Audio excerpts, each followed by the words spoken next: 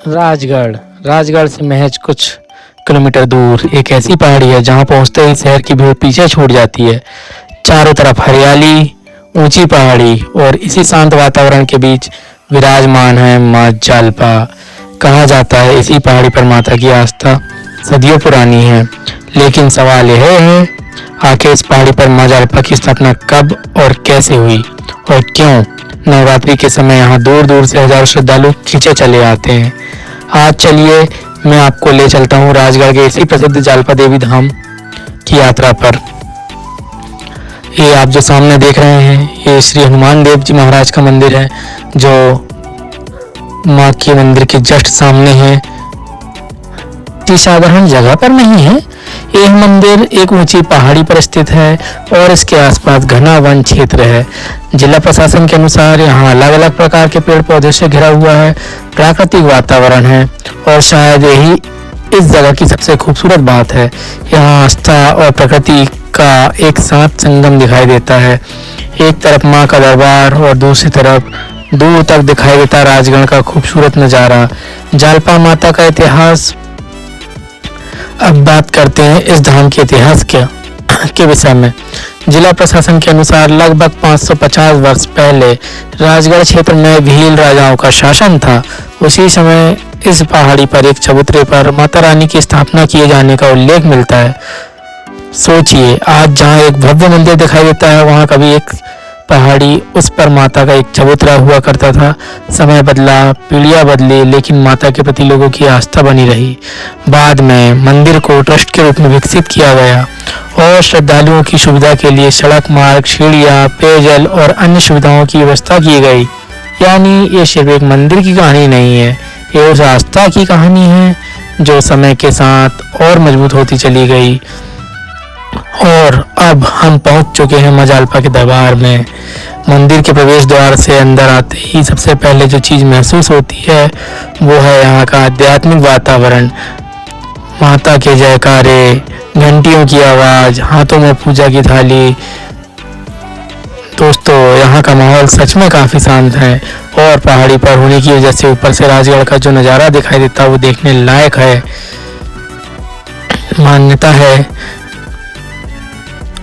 जालपा माता धाम में एक जोड़ी एक खास स्थानीय मान्यता विवाह से जुड़ी हुई है।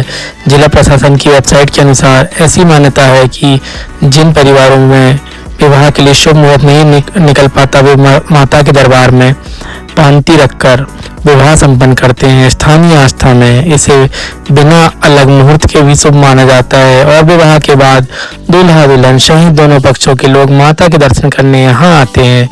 यही वजह है कि जालपा माता का मंदिर सिर्फ नवरात्रि में नहीं बल्कि विवाह जैसे शुभ अवसरों पर भी श्रद्धालुओं के लिए विशेष महत्व रखता है। लेकिन अगर इस धाम का सबसे खास समय देखना हो तो वो नवरात्रि है। नवरात्रि के दौरान यहाँ बड़ी संख्या में श्रद्धालु माता के दर्शन के लिए पहुँचते हैं। राजगढ़ ही नहीं बल्कि आसपास के क्षेत्रों और राजस्थान से भी श्रद्धालु यहाँ आते हैं। उस समय पूरा जालपा धाम माता के जयकारों से गूंज उठता है। हर तरफ लाल चुनरिया, हाथों में नारियल, माथे पे माता का तिलक, एक और एक ही आवाज, जय माता दी, जय माता दी। हम मंदिरों में अक्सर कुछ मांगने आते हैं। किसी को अपने परिवार की चिंता होती है, किसी को अपने बच्चों की, किसी को रोजगार की, किसी को अपने आने वाले कल की। लेकिन माँ के दरबार में आकर शायद एक बात समझ आती है, भगवान के सामने हमारी सबसे बड़ी ताकत हमारी प्रार्थना नहीं, हमारा विश्वास होता है। क्योंकि जब इंसान के पास कोई रास्ता नहीं बचता तब वो माँ के दरबार की ओर देखता है और शायद इसी विश्वास ने सदियों से इस पहाड़ी के लोगों की आस्था से जोड़ रखा है। आज हम भी जालपा के दरबार में पहुंच चुके हैं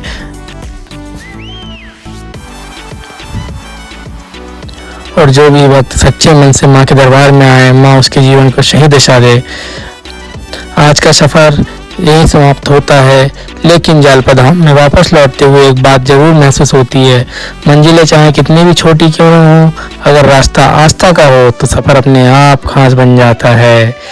राजगढ़ की इस पहाड़ी पर विराजमान माँ जालपा सिर्फ एक मंदिर नहीं बल्कि हजारों लोगों की श्रद्धा, विश्वास और उम्मीद का एक नाम है। अगर आप भी कभी राजगढ़ आए तो माँ जालपा के इस दरबार में दर्शन करने जरूर आइएगा। और अगर आपको हमारी ये यात्रा पसंद आई हो तो वीडियो को लाइक करें, शेयर करें, चैनल को सब्सक्राइब करें और कमेंट में ज़रूर लिखें जय माता दी, जय माँ जालपा।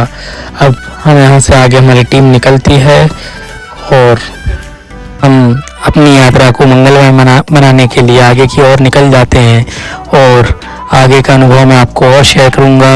अगले वीडियो के लिए आप मेरे चैनल को सब्सक्राइब करें। अब यहाँ हम थोड़ा रुककर पहले भोजन वगैरह ले लेंगे। अब रास्ते का सफ़र हम ऐसे मौज मस्ती से काटते हुए आगे निकलते हैं। भोजन करने के बाद थोड़ा विश्राम करेंगे और फिर सफ़र को जारी रखेंगे। जय माता दी। लोकेश की यात्रा को आप सब्सक्राइब करें।